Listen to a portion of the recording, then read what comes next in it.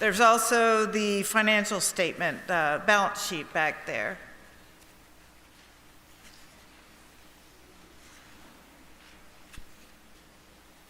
Looks like everybody pretty much has gotten one. Any additions or corrections to the agenda today?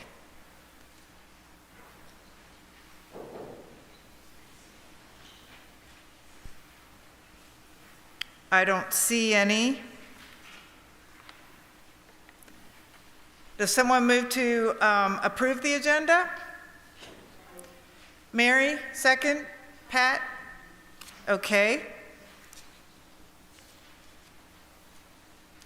And on the back of your package, we have the minutes from the April 16th agenda. If everyone, if everybody wants to take a look at that and see if there are any additions or corrections to that.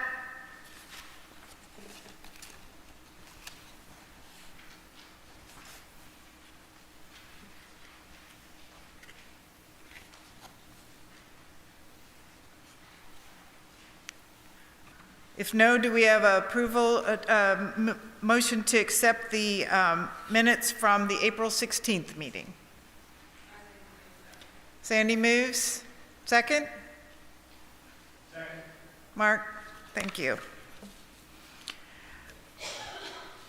Okay, so our first order of business today is the recommendation of the leadership slate for affirmation. Gifts discernment team gave a handout for that.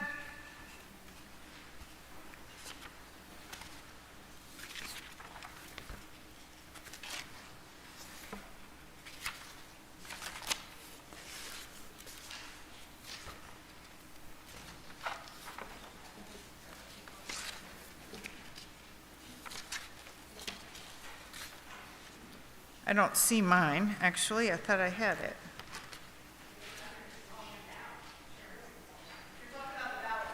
Oh, the ballot, yeah.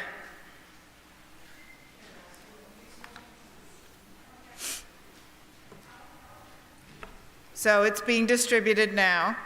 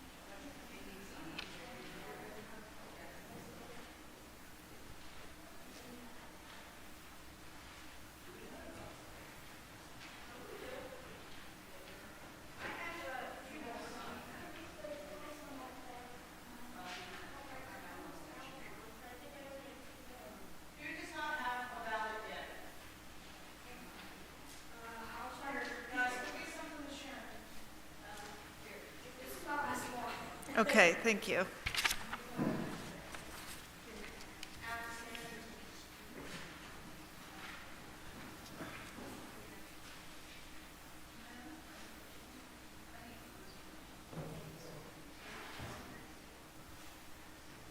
Is anybody without one now?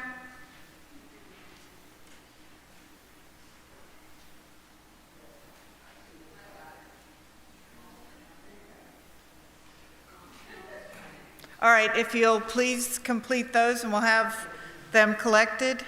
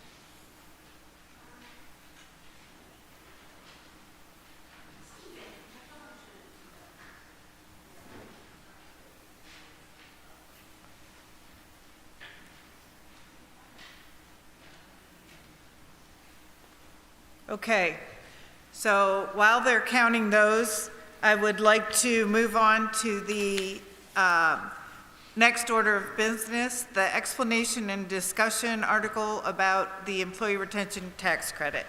So Carl Lehman was unable to be here today. He did write up the paper on this page of your packet today to give an explanation about it and the pros and cons of our accepting it. We mentioned it at the April meeting, and we're going to vote on it today. And I'm going to try to give a summary of this page to go over it and answer any questions that I can about this. So basically, this was created by the government to try to help people, businesses not lay off people during COVID, or help give them a credit if they retained people during COVID, despite a financial impact to their company.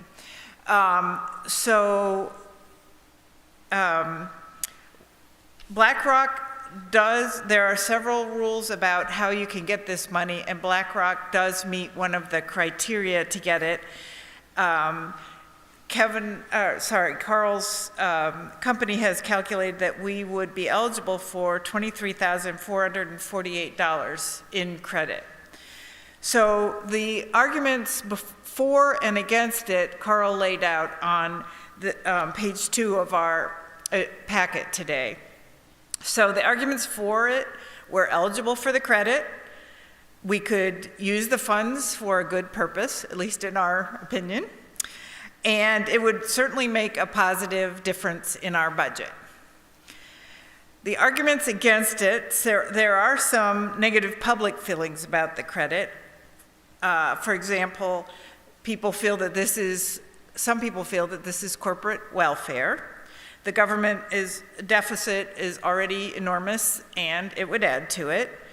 And our children and grandchildren may need to pay this back one day. There are a lot of people scamming the government trying to obtain these, although we do legitimately qualify for it. And right now, the IRS has paused the current processing of the ERTC claims and adding measures to increase their compliance review because of the scamming, et cetera. So there are delays, but Carl feels that this would not totally stop the processing permanently. So given that, if you have any questions, I can try to answer. Otherwise, we can take a vote on who feels that we should accept it or not. Are there any questions? Mary.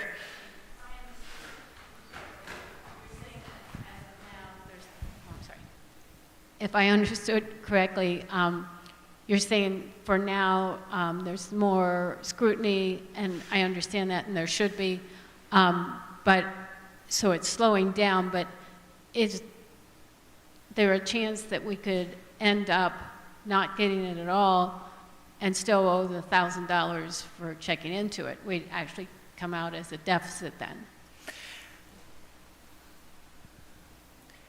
Carl is saying that they will eventually process these and that we legitimately do qualify. So I don't think he feels that.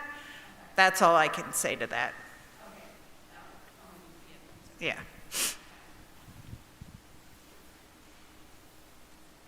Anything else?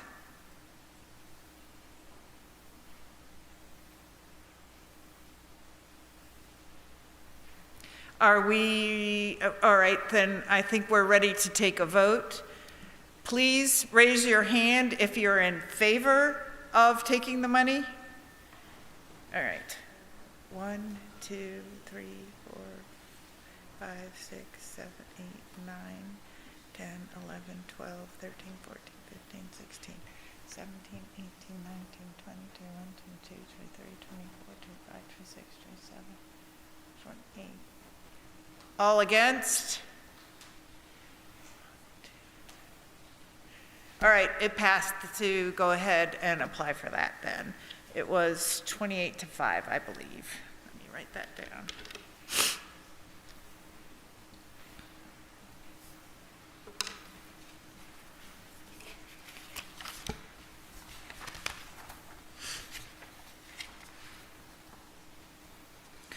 Okay, so the next thing is more just, oh, wait a minute, got the wrong page here.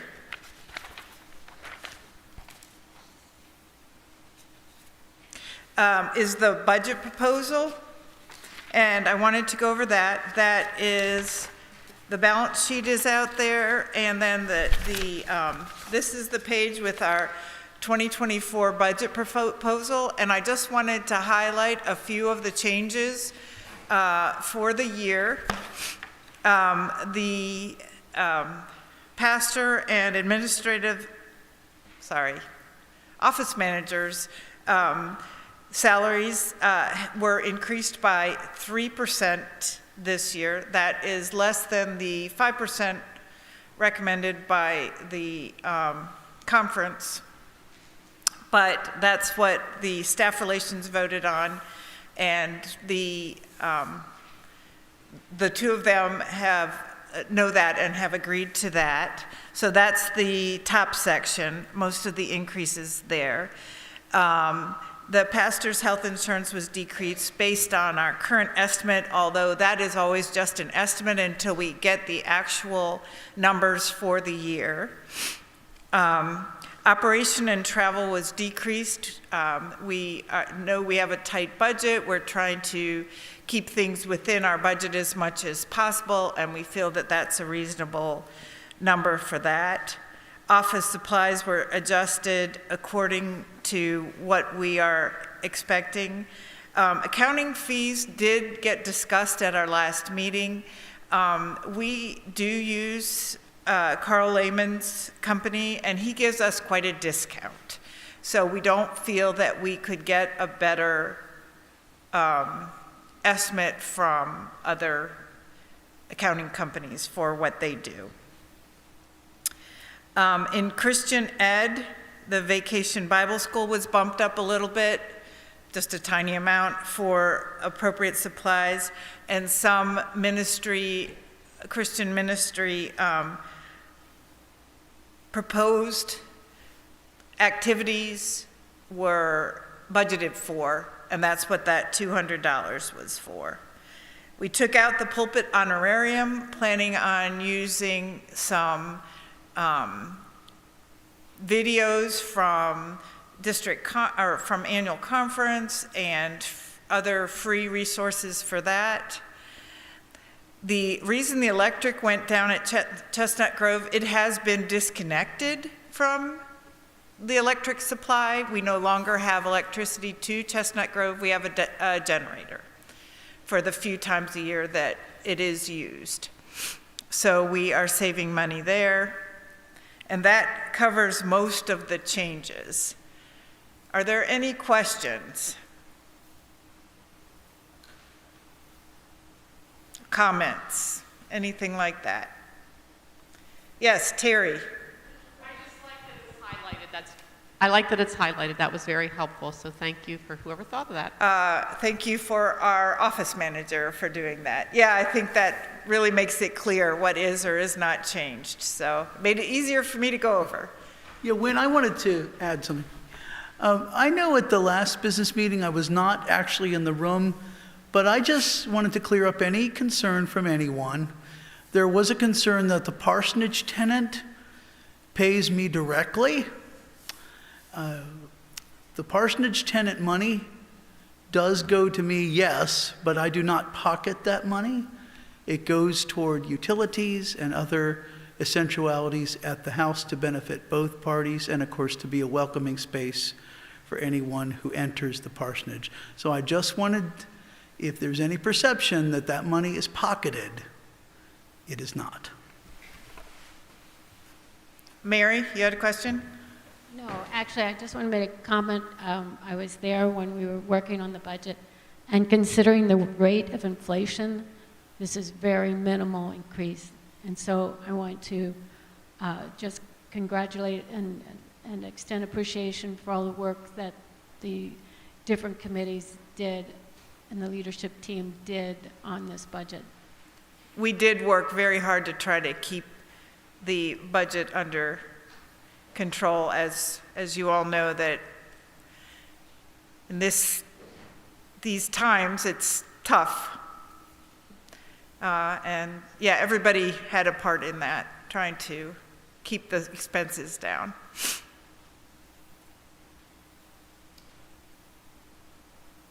Any other comments, questions? Oh, yes, when I did want to have a... All right. Sorry. The visiting, the operation and travel. So we do want to emphasize that I will be available to still visit people at the parsonage or at my office.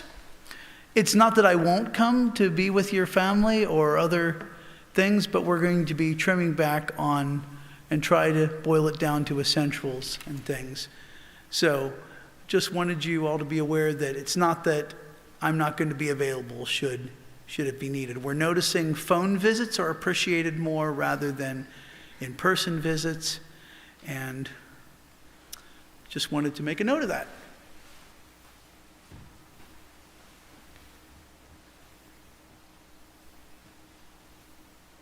Terry has another question, comment?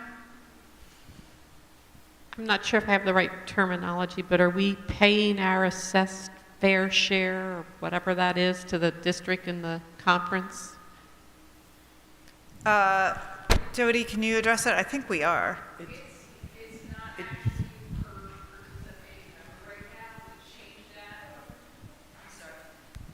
We changed that. We changed that the other year when we tried to get a more realistic budget, and right now the fair share, I believe, is $87 is what they're calculating, even though it should be like 99 or something like that from the district. But we are paying the 8,000. What is it? Fair share. It is 8,000 for the year, which still isn't $87 per person, but it's, so no, we're not paying per person actually. We picked a number that we thought that we could actually meet, and we still have a very difficult time meeting that. It's, how much are we actually paying per person, do you know?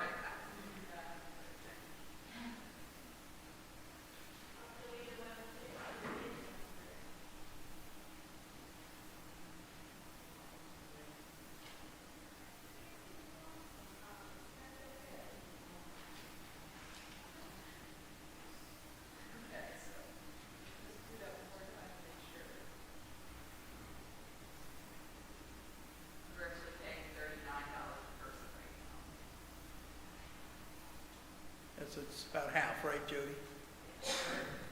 Third of what we would normally pay. That's for 205 is what we're at actually this year. But yeah, we're not paying the $87 that they would like us to pay. Yeah. And I think we're probably in good company. I think there are other churches that are also not paying the full share. Yep, that's correct. There are.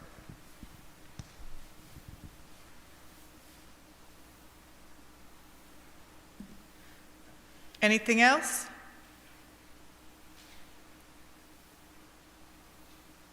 All right, I think we're ready to vote on the budget. All in favor of accepting the budget as proposed, raise your hand. All against?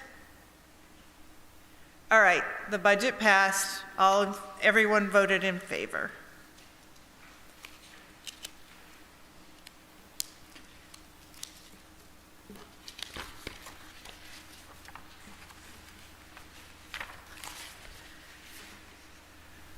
Okay, the ministry team and staff reports are listed on pages 4, 5, 6, and 7. Are there any members of those committees that would like to make any additions or comments about their reports at this time?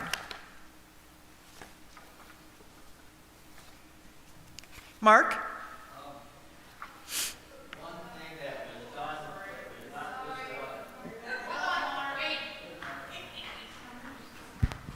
Okay, that's better.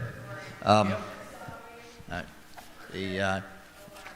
when I submitted this list for printing, the painting had not been done. We've painted doors on the church, painted all the doors of the church, and the one in the parsonage, and that was done after the thing was printed. So, to add that to the list. Thank you.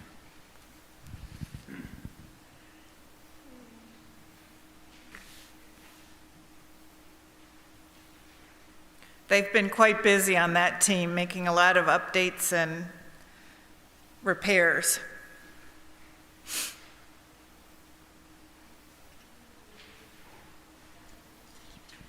Anything else? Mark, did you mention about the door to the well, or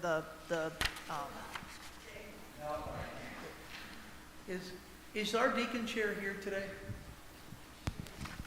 As you know, a few years ago, I'm probably going back 5 or 6 years ago, we had to do a repair for the spring box. Spring box basically is a concrete block container, 4 feet square, cube, and it's up the hill, and it's where our water comes from. Our water comes from a spring which comes out of the side of the mountain as opposed to a well where the water comes from underground. And we noticed, we checked the inspection of the spring box to make sure it was fine. The spring box is holding up fine. The door was made of wood, which I made, and I had 3 or 4 coats of polyurethane on it, but it still didn't work. It's starting to deteriorate. So we replaced it with a polyurethane plastic door, which will not deteriorate.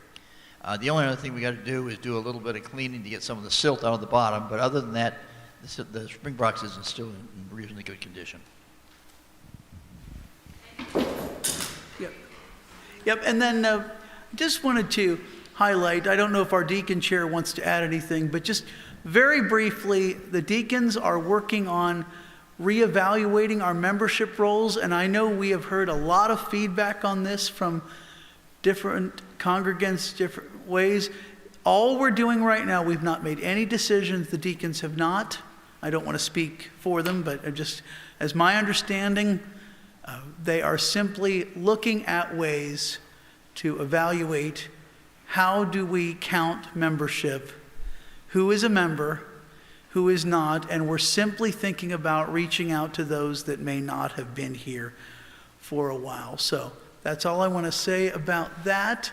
So we are not looking to offend anyone, push anyone aside. It's always can be a painful process. I want to remind you as pastor, when the roles are evaluated in any church, this is normal. It happens in every congregation.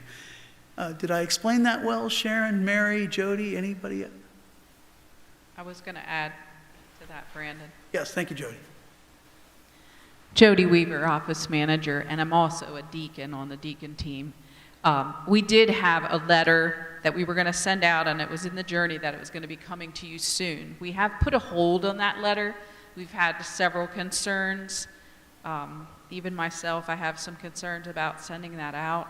We're going to look at that again at our next meeting in November. So if anybody has any concerns about the letter, if you have any idea about it, some people ask to look at it.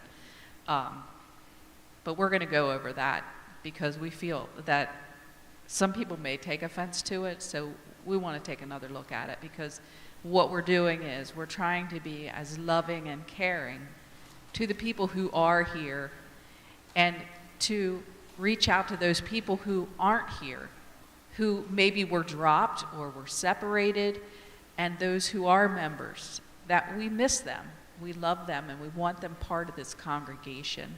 Not to say, we need you off our rolls because we don't want to pay the $87 for you. That's not the message we want to send to people, and we're not really paying the $87 anyway. So we just want to make sure that everybody knows that the deacons are trying to do this in a loving way, not a offensive way. Yes? Okay. All right. About the letter? Okay. Dash back to the microphone. It's Linda Koval. I guess I did read the letter, and Linda, I can do. I get you to hold it closer, please? Yes, There you go. I did read the letter, and I had concerns. But I guess a couple questions I had was, if you are removed from the membership, I myself, and I don't know how the Church of the Brethren feels, I consider my baptism and my membership in a church two separate things. And I would wonder, does the church keep a record of all the people who are baptized here? Yes, I believe we do. So if you're removed from the membership, your baptism record is kept here? That's a question. That's You a can very- investigate that. And the other thing, and I have wondered this, it is mentioned in the letter, should we, or why do we, connect our membership to getting a free burial plot when we die? I just wonder. Is there anyone on the Constitution Committee or that has done that in the past, that was here for a while?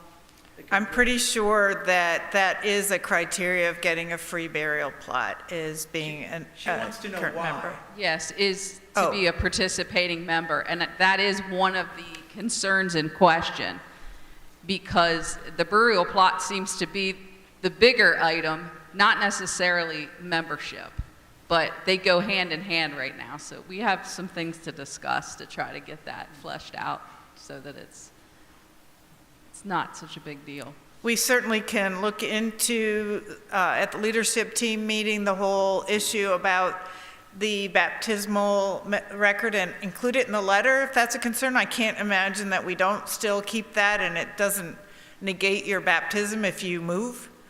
Yeah. Is we have all these reports in here. Take time to really look at them. We have a really good group on our leadership team. They are so conscious and so hardworking, and there is so much that goes on behind the scenes. Every appointee, it's a lot of work. And I look around and I see most of you that are here are ones that do that work and share. And I think that really makes us a close membership, and I enjoy that church family, and I know there's many here who value that very highly.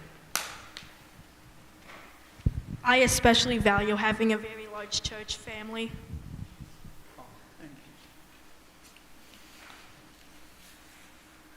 Any further questions or comments?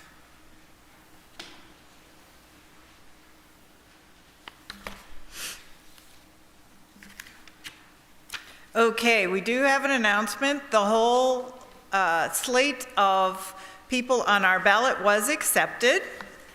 So thank you all for being willing to participate in this leadership team and your committees that you are now going to be members of. All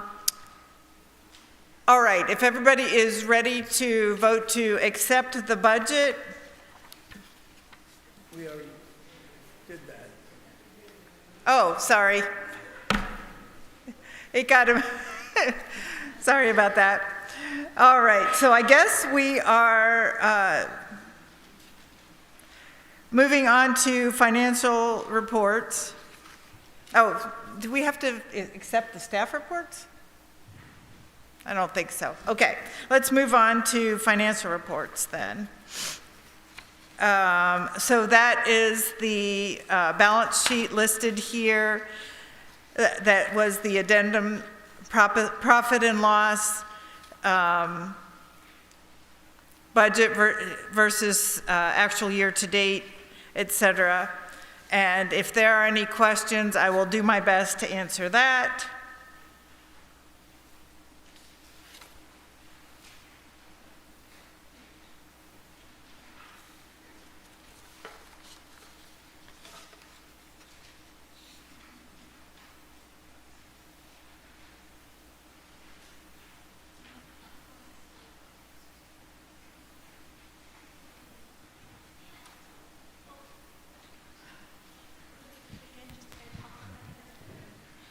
So if our total income has been 161 and our expenses are 184, we're at a negative 23,000. How have we paid those expenses?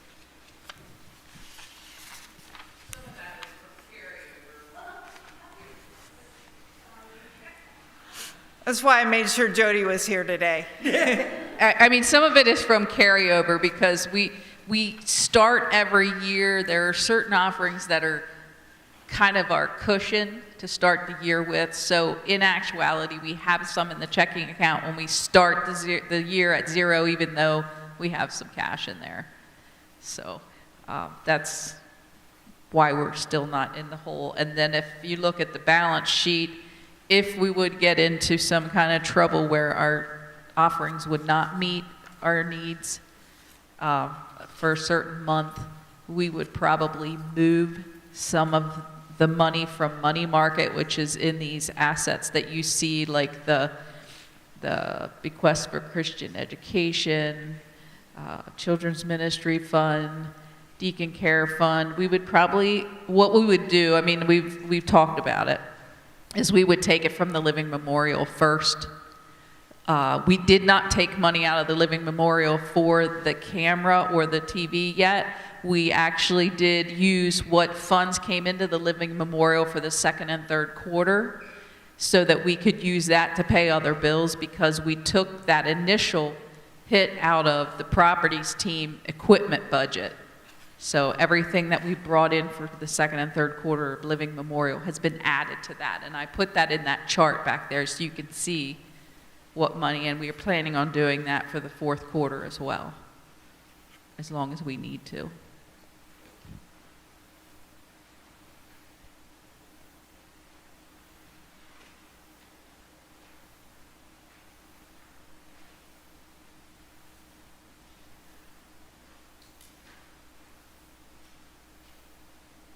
Anything else?